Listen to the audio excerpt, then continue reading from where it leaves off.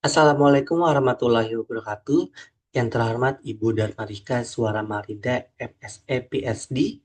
Perkenalkan saya Sandi Hikmaduddin Tahir dengan nomor NIM 1709623007. Pada kesempatan ini saya akan mempresentasikan hasil praktik kerja lapangan yang telah saya laksanakan di Balai Besar Pengujian Minyak dan Gas Bumi atau LEMIGAS.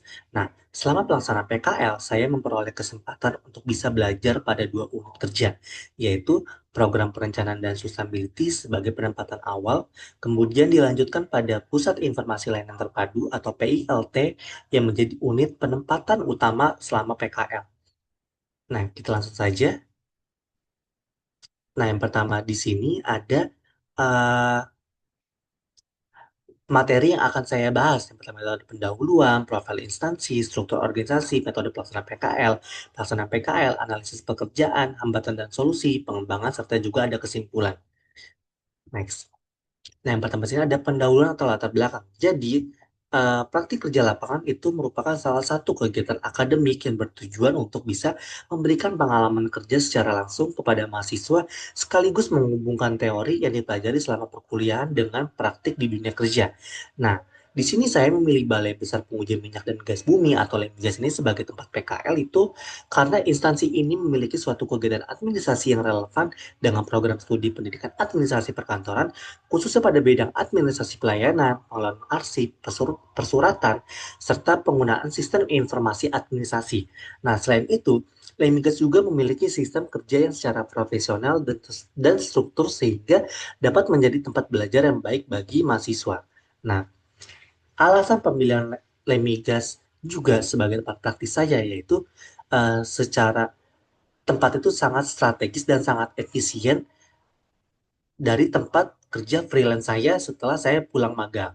Nah, di bawah sini juga ada tujuan pelaksanaan PKL itu yang pertama ada memenuhi persyaratan akademik mata kuliah praktik kerja lapangan atau PKL. Yang kedua ada mengaplikasikan ilmu pendidikan administrasi perkantoran dalam dunia kerja. Yang ketiga ada memahami sistem kerja dan proses administrasi di lingkungan instansi pemerintahan. Dan yang keempat ada meningkatkan pengalaman, wawasan, dan kesiapan kerja secara profesional. Next.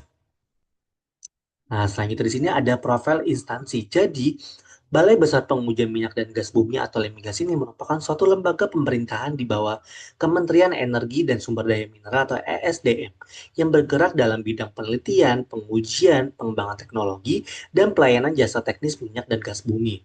Nah, LEMIGAS ini berdiri pada tanggal 11 Juni tahun 1965, berada di bawah Kementerian ESDM yang sudah saya sebutkan tadi, bergerak di bidang penelitian, pengembangan teknologi, pengujian, pelayanan jasa, teknis migas. Klaim migas juga sebagai pendukung pengembangan sektor energi nasional. Nah, untuk visi misinya itu, untuk visi Lemigas tersebut, yaitu terwujudnya Lemigas sebagai lembaga pengujian yang unggul, profesional, dan bertaraf internasional di bidang migas. Untuk misinya itu dibagi menjadi 3 poin, yaitu yang pertama ada meningkatkan peran Lemigas untuk bisa memberikan masukan bagi penyusunan kebijakan pemerintahan, gunanya itu meningkatkan iklim yang kondusif bagi pengembangan industri minyak dan gas bumi. Yang kedua ada meningkatkan kualitas jasa pengujian untuk memberikan nilai tambah bagi klien Lemigas. Dan yang ketiga ada menciptakan produk unggulan dan pengembangan produk andalan. Nah, selanjutnya di sini ada struktur organisasi dan penempatan PKL. Jadi pada slide ini tuh ditampilkan struktur organisasi Lemigas secara umum beserta penempatan saya selama PKL berlangsung.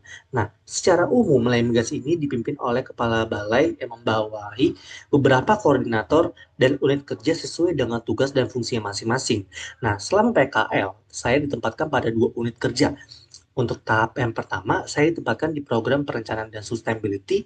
Nah, di bagian itu saya mempelajari dokumen perencanaan, organisasi seperti Renstra dan RBA, membantu administrasi program, serta mengenal proses monitoring dan evaluasi sebagai bentuk pengenalan terhadap sistem kerja di Lemigas.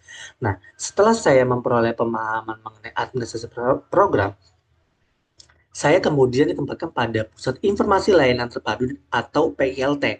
Nah, pada bagian inilah saya lebih banyak melaksanakan kegiatan PKL. Nah, sehingga sebagian besar aktivitas yang saya lakukan itu lebih berfokus pada pelayanan administrasi, pengelolaan dokumen, pengarsipan, persuratan, serta pelayanan kepada customer. Nah, oleh karena itu, pada pembahasan selanjutnya itu saya akan lebih eh, menjelaskan secara detail dari unit PILT ini karena merupakan unit penempatan utama saya selama PKL. Oke, next. Nah, saya itu sini ada metode pelaksanaan. Jadi, pelaksanaan PKL saya ini dibagi menjadi 3 tahapan, yaitu ada tahapan observasi, partisipasi, dan evaluasi. Nah, untuk yang tahapan pertama itu tahapan observasi ini dilaksanakan mulai dari bulan September sampai Desember tahun 2025. Nah, pada tahap ini saya melakukan pencarian tempat PKL, pengajuan surat permohonan, dan juga memperoleh surat penerimaan atau balasan PKL dari Lemigas. Nah, selain itu, saya juga mulai mengenal lingkungan kerja dan sistem administrasi yang diterapkan dalam instansi tersebut. Nah, untuk tahapan kedua di sini ada tahapan partisipasi yang dilaksanakan pada tanggal 12 Januari sampai dengan 5 Juni tahun 2026. Nah, pada tahap ini saya terlibat secara langsung dalam berbagai kegiatan administrasi pada 2 unit kerja, yaitu program perencanaan dan sustainability serta pusat informasi layanan terpadu atau PLT.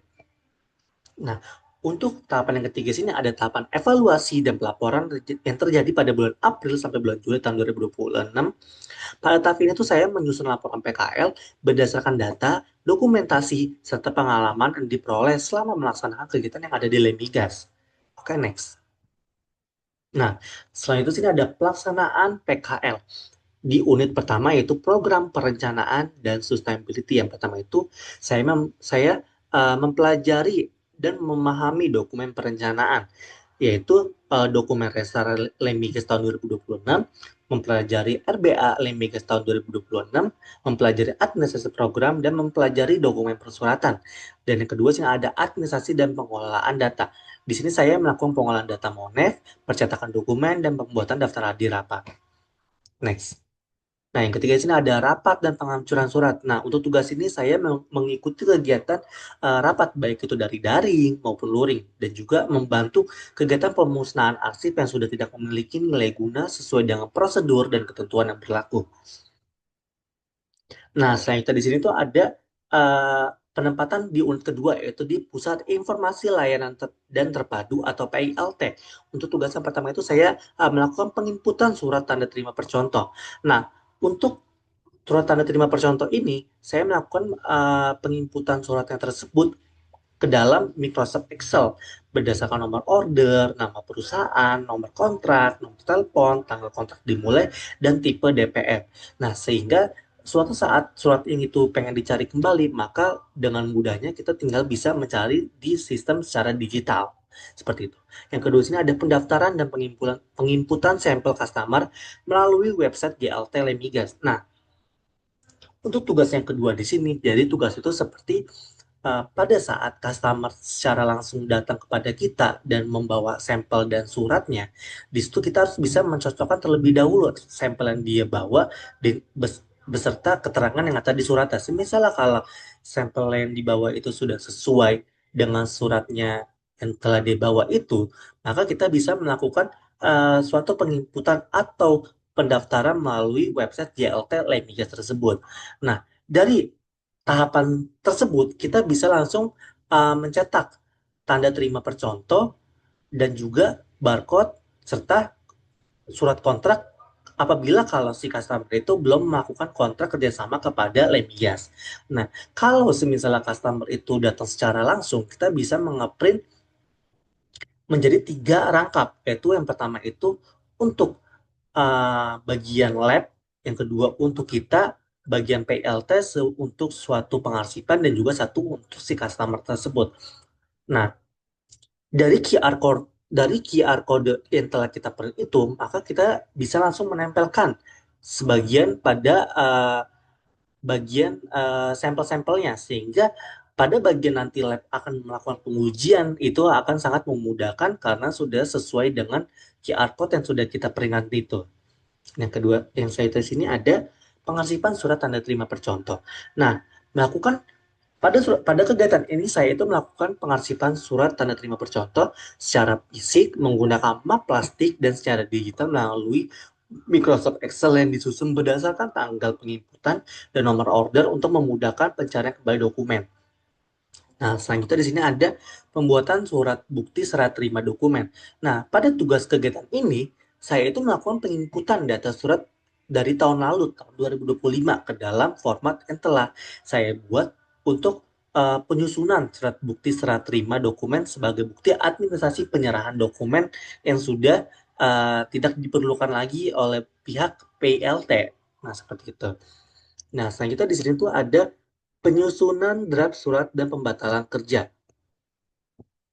Nah, jadi untuk kegiatan selanjutnya di sini saya melakukan penyesuaian data dan informasi ke dalam template yang telah tersedia atau telah disediakan oleh bagian PILT untuk penyusunan draft surat pembatalan pekerjaan sesuai kebutuhan administrasi. Nah, dari kegiatan ini tuh saya membuat surat pembatalan pekerjaan ini misalnya kayak dari perusahaan A ingin membatalkan pekerjaan dengan pihak Lemigas. Nah, di situ saya bisa langsung membuatkan surat pembatalan pekerjaan tersebut.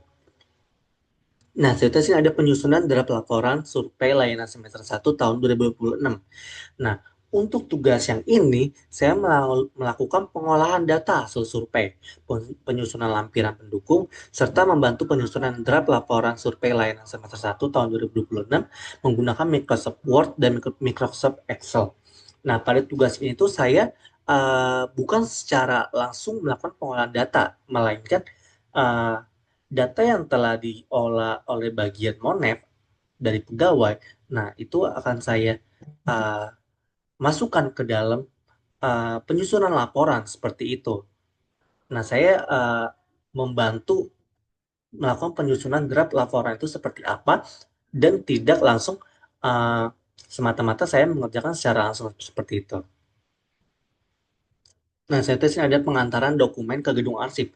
Jadi untuk tugas kegiatan ini tuh lebih melakukan pengantaran dokumen administrasi ke gedung arsip untuk bisa melakukan keperluan stempel dan proses administrasi kelanjutan itu seperti apa. Dan selanjutnya ada mengikuti rapat di gedung arsip. Nah, itu sama dengan di perencanaan dan sustainability, bedanya itu saya mengikuti rapat itu sebagai peserta pengamat untuk bisa memahami proses komunikasi dan koordinasi dalam lingkungan kerja itu secara langsung. Seperti itu. Oke, next. Nah, saya sini ada analisis pekerjaan di unit pertama itu di program perencanaan dan sustainability. Untuk tugas yang pertama itu ada pembelajaran Renstra dan RBA berkaitan dengan mata kuliah pengantar manajemen dengan teori pendukung perencanaan strategis menurut Komaria tahun 2020, tahun 2020, dan selain itu sini ada dua lagi yang dapat saya simpulkan bahwa kegiatan dilakukan pada bagian program perencanaan dan sustainability ini menunjukkan bahwa proses perencanaan, pengelolaan data, komunikasi, dan pengelolaan dokumen dalam organisasi itu memiliki keterkaitan dengan teori dan mata kuliah yang dipelajari selama perkuliahan, serta mendukung pengembangan kompetensi administrasi perkantoran. Seperti itu. Next. Nah, saya itu di unit kedua yaitu di Pusat Informasi Layanan dan Terpadu atau PILT. Untuk kegiatan pertama di sini ada penginputan surat tanda terima percontoh berkaitan dengan mata kuliah kearsipan digital dengan teori pendukung yaitu kearsipan elektronik menurut Susanti tahun 2023, dan untuk selanjutnya di sini bisa dilihat bahwa di tabel dapat disimpulkan bahwa kegiatan yang dilakukan pada bagian pusat informasi layanan terpadu atau PILT ini menunjukkan adanya keterkaitan antara teori dan mata kuliah administrasi perkantoran yang dipelajari selama perkuliahan dengan praktik kerja yang diterapkan dalam pelayanan administrasi, pengelolaan dokumen, persuratan, penggunaan sistem informasi, serta komunikasi organisasi yang ada di lingkungan kerja. Seperti itu. Oke, next. Nah, selain itu di sini ada, saya akan menjelaskan beberapa hambatan yang saya temui selama melaksanaan praktik kerja lapangan beserta upaya bagaimana sih saya melakukan atau solusi untuk mengatasinya seperti apa. Nah, untuk hambatan yang pertama di sini saya mengalami keterbatasan pekerjaan yang diberikan pada awal PKL. Nah, pada awal penempatan di bagian program perencanaan dan sustainability, pekerjaan yang diberikan itu masih terbatas karena saya berada pada tahap pengenalan lingkungan serta mempelajari berbagai dokumen administrasi. Nah, Kondisi tersebut itu membuat saya belum banyak terlibat secara langsung dalam kegiatan operasional. Nah, untuk bisa mengatasinya itu saya memanfaatkan waktu yang ada dengan mempelajari dokumen-dokumen yang diberikan, mengamati proses kerja pegawai, serta aktif bertanya kepada pembimbing lapangan agar lebih memahami bagaimana sih sistem kerja yang ada di Limigas itu seperti apa. Nah, untuk hambatan yang kedua di sini ada sistem penyimpanan arsip yang masih sederhana.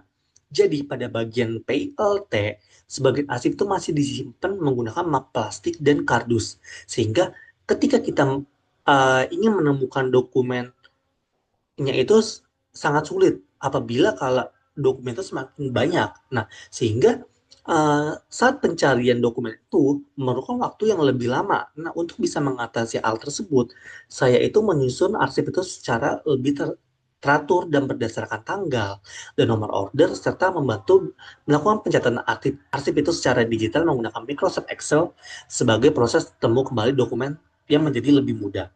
Nah, untuk hambatan yang ketiga sini ada kurangnya kepercayaan diri saya dalam melayani customer. Nah, khususnya pada awal penempatan yang di PILT, karena berhubungan langsung dengan customer dan melakukan penginputan data sampel ke website JLT, saya ini merasa perlu lebih berhati-hati agar tidak terjadi kesalahan administrasi. Nah, oleh karena itu saya berusaha bagaimana sih untuk meningkatkan pemahaman terhadap prosedur pelayanan itu seperti apa dengan memperhatikan arahan dari pegawai pembimbing, mempelajari alur pelayanan yang berlaku, serta melakukan pengecekan ulang terhadap data sebelum diproses. Seperti itu. Nih, melalui berbagai upaya tersebut, nah, hambatan yang saya alami selama PKL itu dapat diatasi secara bertahap.